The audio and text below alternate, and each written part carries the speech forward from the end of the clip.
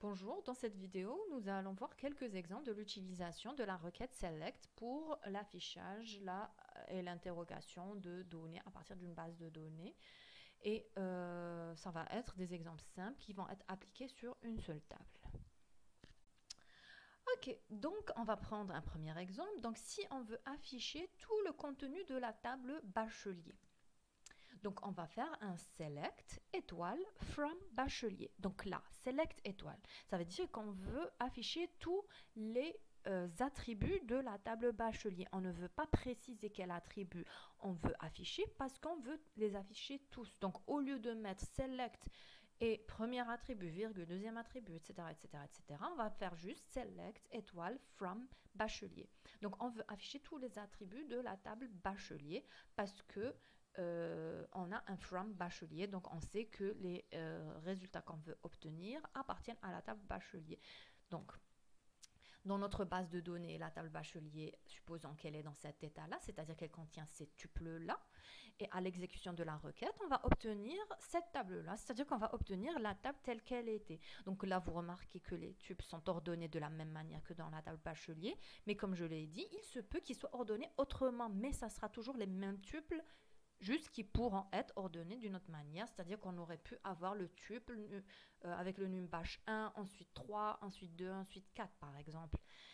Et donc là, on vient d'afficher toute la table bachelier avec tous ses attributs et tous ses tuples. Donc ce qui nous a permis d'afficher tous les attributs de la table, c'est le étoile, donc select étoile from bachelier. Donc c'est le fait de ne pas avoir mis de where qui nous a permis d'afficher tous les attributs. C'est-à-dire qu'on n'a pas précisé de conditions, c'est-à-dire que c'est tous les tuples qu'on voulait afficher ici. Alors, si on voulait afficher maintenant que les prénoms de tous les tous les bacheliers en gardant les doublons. C'est-à-dire que on veut afficher tous les prénoms. S'il y a des prénoms qui se répètent, c'est pas grave, on veut les garder même s'ils se répètent. Donc la requête, c'est select prénom from bachelier. Donc en appliquant la requête sur la table bachelier, on va obtenir cette nouvelle table. Donc la table qui contient une seule colonne, donc un seul attribut, et qui est prénom, puisque à la suite du select, on a mis un seul attribut qui est prénom, from bachelier. Donc là, on a fait une projection sur la table bachelier. Si vous vous rappelez, en algèbre relationnelle, donc ça correspond à une projection sur la table bachelier. C'est comme si on avait fait un pi prénom sur bachelier. Sauf que la différence, c'est qu'avec une projection, le doublon Houda ne se serait pas répété, alors qu'ici, il s'est répété, parce qu'un select n'élimine pas les doublons. Donc, on a la table, la nouvelle table obtenue avec l'attribut prénom et avec 4 tuples qui correspondent aux 4 tuples de la première table, mais on a gardé de ces 4 tuples que la colonne prénom. Donc, ici, ça ne veut pas dire qu'on a modifié la table bachelier. Je répète, la table bachelier dans la base de données, dans notre disque dur, dans le serveur, là où elle est stockée, elle ne va pas changer. Mais c'est juste qu'on va obtenir, on est en train d'extraire des informations à partir de cette table. On est en train d'extraire des informations à partir de notre base de données. On demande à la base de données de nous donner des informations. Là, les informations qui nous intéressent, c'est la liste de tous les prénoms de nos bacheliers. Donc, c'est tout ce qu'on veut afficher et c'est les résultats de notre requête.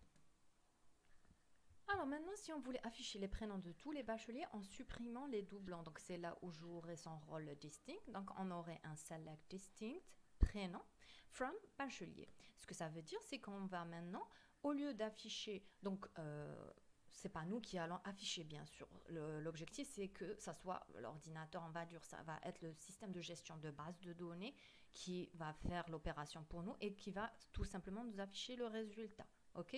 Donc, l'affichage du résultat va être comme suit. Donc, on aura la colonne prénom avec les tuples, ça va être que 3 tuples. Par rapport à tout à l'heure, on avait 4 tuples, là c'est 3 tuples. Pourquoi? Parce que le prénom Houda ne s'est pas répété. Le prénom Houda ne s'est pas répété parce que c'est un doublon et que là on a fait un distinct. Et dès qu'on a distinct, on n'aura pas de doublon dans notre table résultat, tout simplement. Ok, si on voulait afficher maintenant les bacheliers dont la moyenne est supérieure ou égale à 12, ce qui veut dire qu'on ne veut pas afficher tous les bacheliers, on veut afficher les bacheliers dont la condition de la moyenne supérieure ou égale à 12 est vérifiée. Donc ici, la requête c'est select étoile from bachelier where moyenne est supérieure ou égale à 12. Donc ici, ce qui a changé par rapport à les exemples qu'on avait déjà pris, donc c'est l'ajout de la clause where qui est optionnelle. Donc là, on a une condition, on ne veut pas afficher tous les bacheliers, on veut afficher tous les bacheliers, mais qui ont une moyenne supérieure ou égale à 12.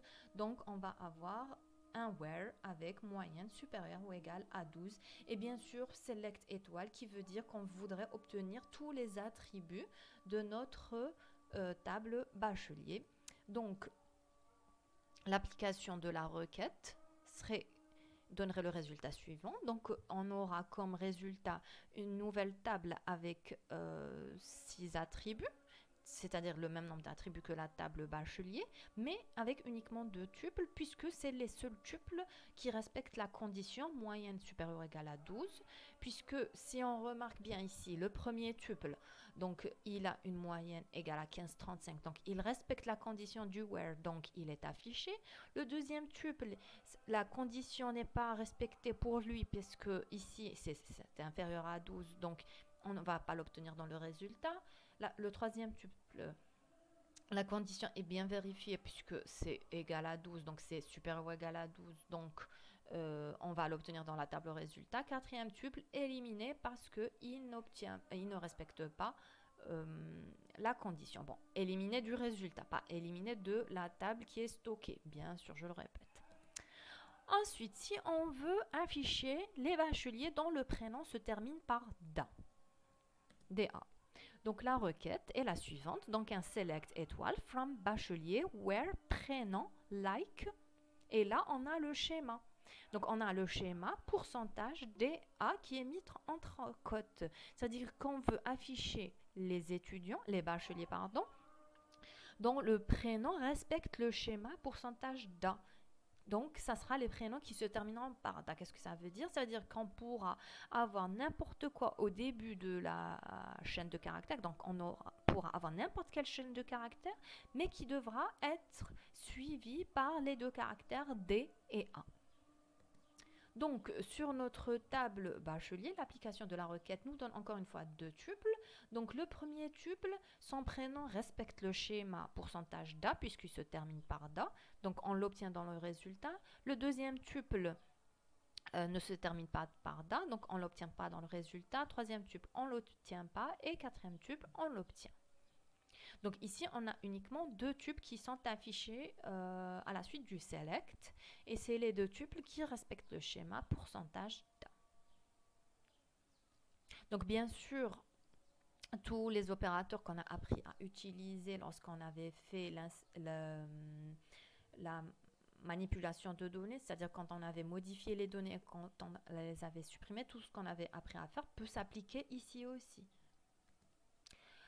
Ok, donc maintenant si on veut obtenir les bacheliers dont la moyenne est supérieure à 10, qui vont être ordonnés selon leur prénom par ordre croissant, puis selon leur nom par ordre décroissant.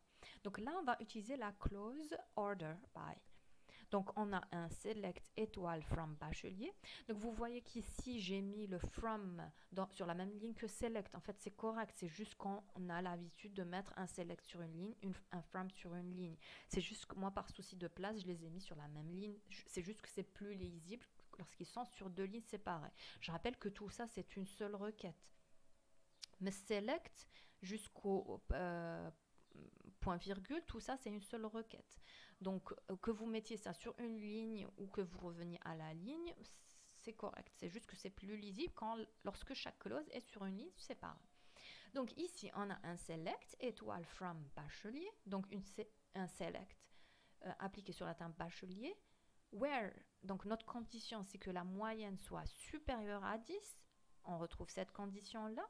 Et on va ordonner nos tubes. Donc, au départ, on veut les ordonner par leur prénom par ordre croissant. Donc, on a un order by prénom ASC, qui veut dire que les prénoms vont être ordonnés disons du plus petit au plus grand, mais alphabétiquement, et le nom par ordre décroissant, c'est-à-dire du plus grand au plus petit. Alors, l'application de la requête sur notre exemple. Donc ici, nous avons donc l'ordre qui a été appliqué en premier lieu sur prénom, par ordre ASC, c'est-à-dire ascendant, c'est-à-dire croissant. Donc les prénoms ont été ordonnés alphabétiquement de manière croissante. Donc le premier prénom, ça a été Ali, ensuite Houda, ensuite Malika. Donc A, H, H et M. Donc ici, ce qu'on peut remarquer, c'est que nous avons deux prénoms qui sont identiques. Donc si nous n'avions pas eu l'ordre appliqué aussi sur le nom, alors on n'aurait pas pu savoir si on aurait obtenu le tuple numéro 4 ou bien le tuple numéro 1 en premier, c'est-à-dire est-ce qu'on aurait eu 2, 4, 1, 3 ou bien 2, 1, 4, 3. D'accord? Parce que ici, les deux prénoms sont identiques, donc on aurait pu avoir l'une des deux propositions que je viens de donner. Donc, mais il se trouve que nous, on a aussi rajouté un ordre sur le nom. Donc, on a effectué un ordre sur le prénom de manière croissante, ensuite sur le nom de manière décroissante. Donc, l'ordre sur le nom, quand est-ce qu'il va avoir lieu? Uniquement pour les tuples où le prénom est identique. On ne va pas s'amuser à faire un ordre pour le prénom et ensuite le laisser tomber et faire un ordre complet sur le nom. Non, on va juste faire l'ordre sur les noms lorsque les prénoms vont être égaux. Donc par exemple ici, Ali restera le premier. Ensuite ici on a deux Houda. Donc pour savoir si c'est cette Houda ou bien celle-là qui va être mise en premier, donc on va voir le nom. Donc puisque le nom doit être ordonné de manière décroissante, on va commencer par Ma'ziz, ensuite Bel'id, parce que alphabétiquement M est plus grand que B, donc de manière décroissante, M doit venir avant B. Et ensuite, on a bien sûr le tuple Barahou Malika ici. Donc, on peut voir ici que ce tuple-là, par exemple, il commence par un A. Et même si on est en train d'ordonner les noms de manière décroissante, il est en premier parce que l'ordre sur les noms n'a été appliqué que sur les tuples où les prénoms étaient identiques. Alors maintenant, si on veut obtenir le nom, le prénom et la moyenne des bacheliers sur 10 au lieu de 20, j'ai dit tout à l'heure qu'on pouvait, à la suite du select, mettre une liste d'attributs directement ou bien des attributs calculés. Donc ici, on est dans le cas de calcul. Donc on veut ne pas juste afficher la moyenne des bacheliers, mais leur moyenne sur 10, alors que dans la base de données, elle est sur 20 la moyenne. Donc là, il y a un petit calcul à faire et c'est le système de gestion de base de données qui va faire ce calcul pour nous et il va nous afficher le résultat directement. Donc on ne va pas nous afficher pour nous la moyenne sur 20 et ensuite faire notre calcul. Non, c'est au système de faire ce calcul. Donc la requête est la suivante. Donc on a un select, nom, prénom, moyenne sur 2. Donc ici, c'est un calcul algébrique qui va se faire ici.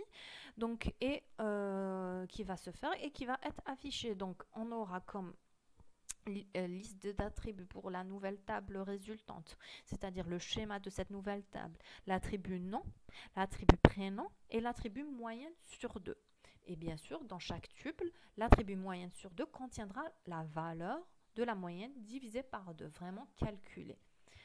Donc, et cela à partir de la table bachelier. Donc, le résultat est comme suit. Donc, on a obtenu une nouvelle table avec 3 colonnes, donc 3 attributs, où on a le nom, le prénom de tous les bacheliers, parce qu'on n'a pas mis de condition, et on a leur moyenne qui est divisée par 2. Donc, ici, le calcul s'est fait sur chaque tuple.